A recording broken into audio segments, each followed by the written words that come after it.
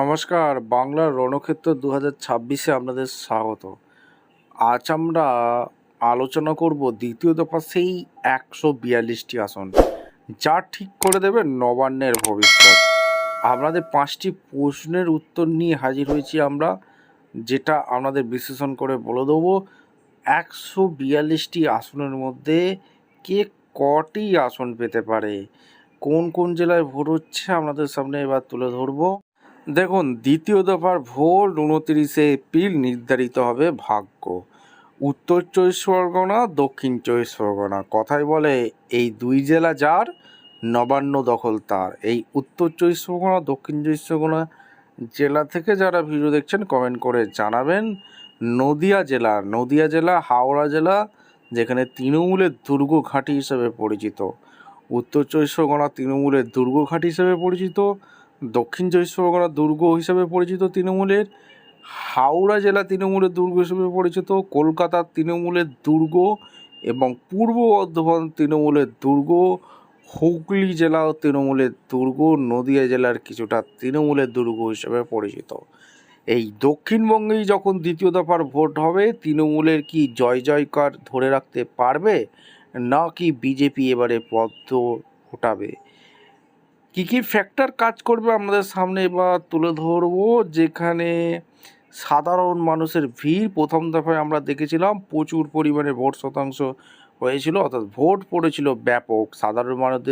সাধারণ মানুষের স্বতঃস্ফূর্ততা যা চোখে পড়ার মতো ছিল। সাধারণ মানুষের ভিড়, লক্ষ্মীর ভাণ্ডারের কার্ড এবং বেকার যুবদের মিছিল, এবারে লড়াই বেশ কিছু গুরুত্বপূর্ণ ফ্যাক্টর কাজ করছে। এসআইআর বা ভোটার তালিকা সংশোধন, ভোটার তালিকা থেকে নাম বাদ যাওয়ার বিতর্কে এবারে সবচেয়ে বড় ইস্যু হয়ে দাঁড়িয়েছে। লক্ষ্মীর ভাণ্ডার বনাম দুর্নীতি, তৃণমূলের জনকল্যাণমূলক প্রকল্প বনাম বিজেপির নিয়োগ দুর্নীতি ও আইন শৃঙ্খলা সংক্রান্ত অভিযোগে সরাসরি টক্কর হচ্ছে। কর্মসংস্থান, শিল্পায়ন এবং শিক্ষিত যুবকদের কাজের অভাব ভোটারদের মনে বড় জায়গা দখল করে আছে। 2021-এ কী হয়েছিল আপনাদের সামনে তুলে ধরবো, যেখানে 2021 সালের স্মৃতি এখনও টাটকা। সেবার দ্বিতীয় দফার এই এলাকাগুলিতে তৃণমূল কংগ্রেস নিরঙ্কুশ আধিপত্য বজায় রেখেছিল। 142টি আসনের মধ্যে তৃণমূল কিন্তু একাই জিতেছিল 123টি, আর বিজেপি পেয়েছিল মাত্র 18টি এবং নওশাদের দিকে আইএসএফ জিতেছিল একটি আসন। এইবারে কি হতে চলেছে? দক্ষিণবঙ্গে এই দুর্গেই মমতা বন্দ্যোপাধ্যায়কে ক্ষমতায় ফিরিয়েছিলেন 2021-এ। কোন আসনগুলো তৃণমূলের দুর্গ? দক্ষিণ 24 পরগনা, উত্তর 24 পরগনা এবং কলকাতার অধিকাংশ আসনেই তৃণমূলের পক্ত দুর্গ হিসেবে পরিচিত। কলকাতা পোর্ট, বেহালা পূর্ব, পশ্চিম, কসবা, এই এলাকাগুলো গত এক দশক তৃণমূল হাতছাড়া হয়নি।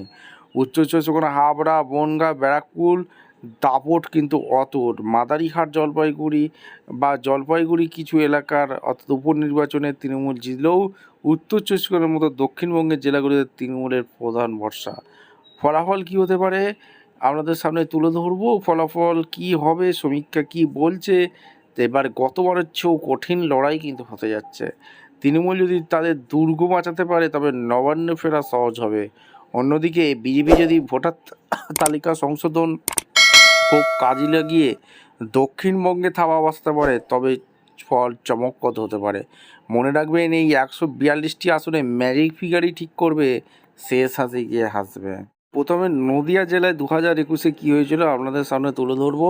যেখানে 17টি বিধানসভা আসন আছে, যেখানে তৃণমূল কংগ্রেস 8টি, বিজেপি এখানে ভালো ফল করেছে। এখানে বিজেপি 9টি পেয়েছিল। এইবারে সমীকরণ কিন্তু পাল্টে যাচ্ছে।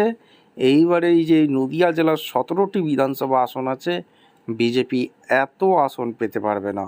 বিজেপির আসন কিন্তু কমতে চলেছে। বিজেপি খুব বেশি হলে 4টি আসন তারা পেতে পারে, বাদ বাকি 13টি আসন কিন্তু তৃণমূলের দখলে যেতে চলেছে। উত্তর 24 পরগনা কী হতে যাচ্ছে? উত্তর 24 পরগনা জেলার 33টি বিধানসভা আসন আছে, যেখানে 2021-এ কী হয়েছিল আপনাদের সামনে তুলে ধরছি। 2021-এ 28টি তৃণমূল একাই 28টি আসন তারা পেয়েছিল, ঠিক আছে। আর 5টি আসন পেয়েছিল বিজেপি। এইবারে এই যে বিজেপি 5টি আসন পেয়েছিল সেখানেও একটা দুটো আসন কমে যাচ্ছে, অর্থাৎ তৃণমূল এখানে 30 ক্রস করে যেতে পারে উত্তর 24 পরগনায়।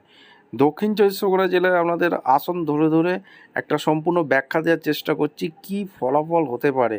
দক্ষিণবঙ্গ বরাবরই 2011 থেকে শুরু করে 2021 পর্যন্ত দক্ষিণবঙ্গ তৃণমূলের গড়।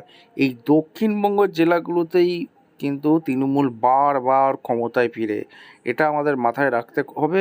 এই দক্ষিণবঙ্গে যদি বিজেপি থাবা না বসাতে পারে তাহলে বিজেপি ক্ষমতায় আসছে না বা পরিবর্তন হচ্ছে না। এবার দক্ষিণ চব্বিশ পরগনায় 2021-এ কী হয়েছিল, 31টি বিধানসভা আসন আছে, যেখানে 30টি তৃণমূল 30টি পেয়েছিল, একটি আসন গিয়েছিল আইএসএফ নওশাদ সিদ্দিকীর দিকে। এইবারও সেই একই থাকছে সমীকরণ, কিচ্ছু পাল্টাচ্ছে না, এখানে বিজেপির কোনো অস্তিত্ব নেই বললেই চলে।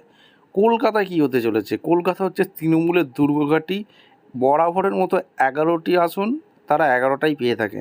এইবারেও কোনো ব্যতিক্রম হচ্ছে না, এইবারেও তৃণমূল 11ই হচ্ছে, কোনো সমীকরণ কিন্তু বদলাচ্ছে না। হাওড়া জেলায় কী হতে চলেছে, হাওড়া 2021-এ 16 পেয়েছিল তৃণমূল, ঠিক আছে, 16 পেয়েছিল, যেখানে এইবারও তার কোনো ব্যতিক্রম হচ্ছে না, এইবারও 16 হতে যাচ্ছে।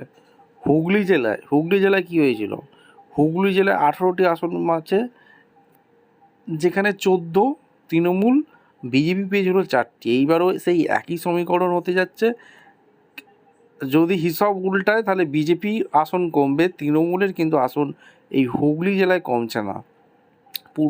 এরপর আমরা ঢুকে যাব যেটা সেকেন্ড দফায় আপনাদের দেখাচ্ছি, যেটা পূর্ব বর্ধমান।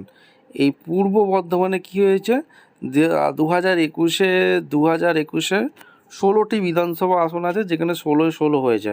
এইবারও তার ব্যতিক্রম হওয়ার চান্স নেই, এইবারও একই সমীকরণ হতে যাচ্ছে, ঠিক আছে, কোনো সমীকরণ পাল্টাচ্ছে না, আপনাদের সামনে তুলে ধরলাম। এইবার আপনাদের সামনে 142টি আসনের মধ্যে কি হতে পারে। তৃণমূল কিন্তু 120 থেকে 125 ছাপিয়ে যেতে পারে, বিজেপি 10 থেকে 15-র মধ্যেই এই গণ্ডিতেই আটকে যেতে পারে। আপনাদের মতামত অবশ্যই কমেন্ট সেকশানে জানাবেন। দেখা হচ্ছে কোনো পরবর্তী ভিডিও। ধন্যবাদ।